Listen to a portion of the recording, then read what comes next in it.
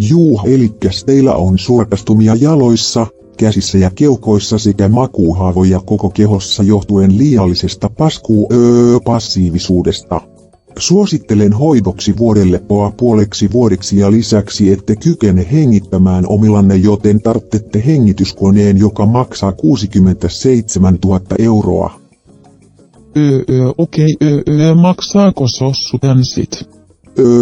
Tää on yksityinen hammaslääkäri, eli ei maksa vitun homo paska runkkari ja paskaa. Hei vitun homo, diagnosoin sulle uuden vaivan, sulla on aivovamma perseessä, hoitomuoto McFucking, tapa itses vitun pelle. Ok, voinko mä nyt mennä?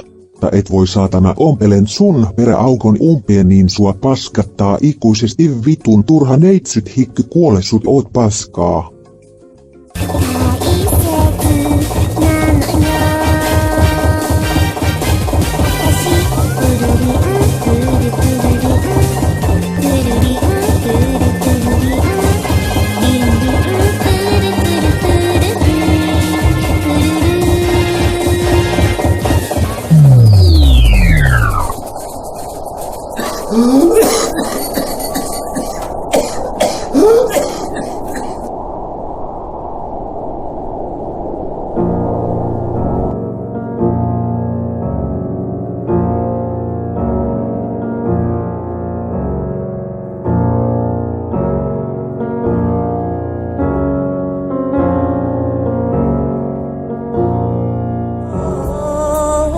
If I can see it, then I can do it.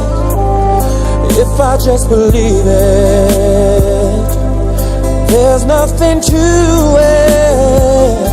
I believe I can fly, I believe I can touch the sky.